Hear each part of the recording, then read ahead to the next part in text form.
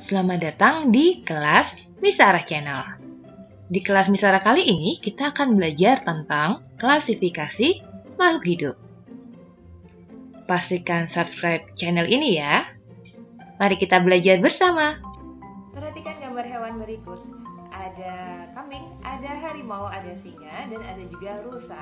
Tugas kalian adalah mengklasifikasikan atau mengkelompokkan hewan-hewan tersebut. Misalnya yang menjadi dasar pengelompokan adalah jenis makanan. Maka akan dibagi menjadi dua kelompok, yaitu hewan pemakan daging atau karnivora, yaitu singa dan harimau. Dan kelompok yang kedua adalah hewan pemakan tumbuh-tumbuhan atau herbivora, yaitu rusa dan kambing. Ada banyak macam lainnya yang bisa jadikan dasar. Misalnya kita mau menentukan itu hewan buas atau tidak buas dasarnya ya. Jadi bisa dikelompokkan menjadi hewan buas dan hewan tidak buas. Hewan buas harimau dan singa, hewan yang tidak buas adalah kambing dan juga rusa. Jadi cobalah menentukan dasarnya sendiri, kemudian kelompokkan. Ada banyak sekali jenis makhluk hidup yang ada di bumi ini. Tuhan menciptakannya sungguh luar biasa dan semuanya juga untuk kita manusia. Dan kita manusia ini diberikan akal budi nih untuk semakin mengenal, membandingkan dan juga mempelajari makhluk hidup yang Tuhan ciptakan. Makanya ada yang namanya klasifikasi makhluk hidup. Jadi klasifikasi makhluk hidup adalah pengelompokan makhluk hidup berdasarkan kesamaan ciri yang dimiliki. Pastinya setelah kita bisa mengelompokkan berdasarkan kesamaan ciri yang dimiliki, itu akan mempermudah kita untuk mempelajari, membandingkan, bahkan mengenali makhluk hidup yang ada.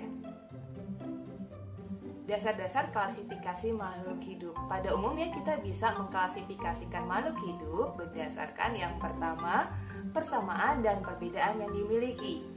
Kemudian yang kedua, kita bisa menggunakan dasar-dasarnya berdasarkan bentuk morfologi atau bentuk anatomi makhluk hidup tersebut. Atau yang ketiga nih, kita bisa mengklasifikasikan berdasarkan tempat hidupnya, cara makannya, kemudian cara perkembangbiakannya, ukurannya, manfaatnya, dan lain sebagainya. Mari berlatih. Klasifikasikan hewan berikut dengan berdasarkan persamaan yang dimiliki. Kamu tentukan sendiri dasar persamaan yang dimiliki dari keempat hewan berikut. Ini beberapa contoh jawaban. Contoh jawaban yang pertama adalah dasar pengelompokan berdasarkan persamaan jumlah kaki. Maka akan dibagi menjadi dua kelompok hewan, yaitu kelompok hewan berkaki 2, anggotanya adalah bebek dan ayam. Kelompok hewan berkaki 4, anggotanya adalah sapi dan zebra. Kemudian ada dasar pengelompokan yang lain, yaitu persamaan cara berkembang biak. Jadi ada dua kelompok nih, kelompok bertelur, anggotanya adalah bebek dan ayam, sedangkan kelompok beranak, anggotanya sapi dan zebra. Mari berlatih. Klasifikasikan hewan berikut dengan berdasarkan persamaan ciri bentuk tubuh, morfologi, bentuk luar tubuh makhluk hidup, misalnya bentuk paruh, bentuk kaki, dan lain-lain.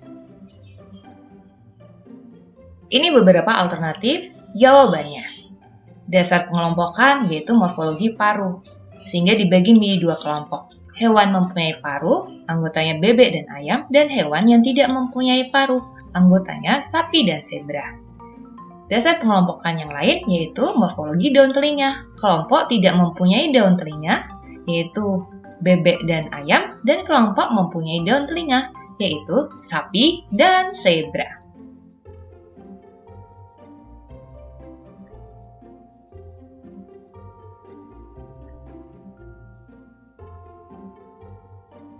Mari berlatih kembali. Klasifikasikan hewan berikut dengan berdasarkan persamaan anatomi, yaitu organ dalam tubuh makhluk hidup, misalnya organ pernapasan, organ pencernaan. Contoh jawabannya adalah dasar pengelompokannya anatomi alat pernapasan. Jadi ada dua kelompok, kelompok bernafas dengan paru-paru, lumba-lumba dan paus, dan kelompok bernafas dengan insang, ikan mas, dan ikan badut. Kalau sebelumnya kamu mencoba membuat klasifikasi berdasarkan persamaan yang kamu tentukan, berarti kita ini sudah mencoba loh membuat klasifikasi makhluk hidup. Dan ternyata para ahli juga melakukan klasifikasi makhluk hidup. Sistem klasifikasi makhluk hidup yang digunakan dibuat oleh Carolus Linnaeus. Carolus Linnaeus ini adalah orang yang pertama kali meletakkan dasar klasifikasi. Dia mengklasifikasikan makhluk hidup menjadi dua bagi, yaitu hewan dan tumbuhan. Kemudian, dia juga membuat tingkatan dalam klasifikasi yang disebut dengan takson. Kemudian, dia juga membuat sistem penamaan yang disebut binomial nomenklatur. Takson. Takson adalah tingkatan dalam klasifikasi. Nah, urutan tingkatan tersebut didasarkan atas persamaan ciri yang paling umum. Kemudian makin ke bawah, persamaan ciri akan semakin khusus dan perbedaan ciri semakin sedikit, sehingga jumlah juga semakin sedikit. Nah, ada dua tingkatan takson, yaitu untuk animalia atau hewan, kemudian yang kedua untuk plantae atau tumbuhan. Sebetulnya mau mirip untuk kedua tingkatan takson ini, yang berbeda hanya di baris yang kedua, yang saya sudah beri warna yang berbeda. Nah, ada bahasa Latin, bahasa Indonesia, dan bahasa Inggris. Jadi, saya akan bacakan yang tingkatan takson animalia dalam bahasa Indonesia.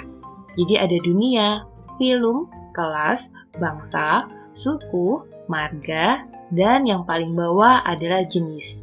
Jadi, kalau tingkatan takson dunia itu berarti semua hewan itu dalam satu kumpulan, satu tingkatan, itu dunia.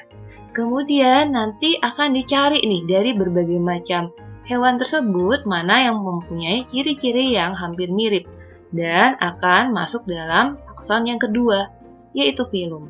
Kemudian dari filum dicari lagi yang mirip dan dikelompokkan menjadi kelas. Kemudian dari kelas dikelompokkan lagi menjadi bangsa, dari bangsa dikelompokkan lagi menjadi suku, dari suku menjadi marga, dari marga menjadi jenis. Jadi semakin ke bawah, persamaan yang dimiliki semakin banyak dan perbedaan cirinya semakin sedikit.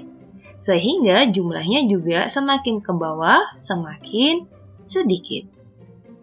Jika di animalia menggunakan istilah filum, sedangkan di tingkatan takson plantae atau tumbuhan menggunakan istilah takson divisi. Dan urutannya dan penjelasannya juga sama. Untuk plantae jadi ada dunia, divisi, kelas, bangsa, suku, marga, dan jenis.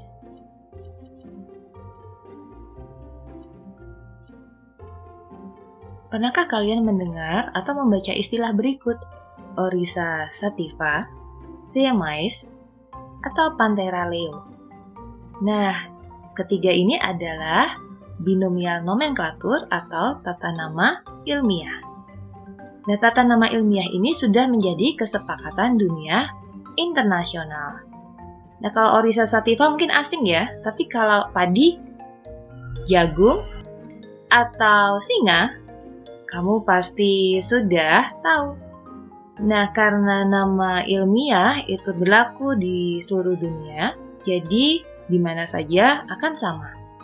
Tujuan pemberian nama ilmiah adalah untuk mempermudah pengenalan kelompok makhluk hidup tersebut.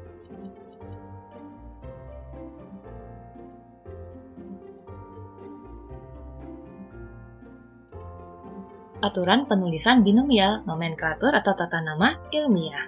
Contoh, untuk harimau, Panthera tigris. Panthera tigris adalah bahasa Latin. Nah, kata pertama itu merupakan genus atau marga. Dan dalam penulisan, huruf pertama harus ditulis kapital. Sedangkan kata kedua merupakan spesies atau jenis. Nah, ketika menuliskannya harus ditulis dengan garis bawah per kata atau ditulis dengan cetak miring. Demikian penjelasan tentang klasifikasi makhluk hidup. Semoga kalian mengerti ya. Pastikan subscribe channel Kelas Mesara. Sampai ketemu di video berikutnya.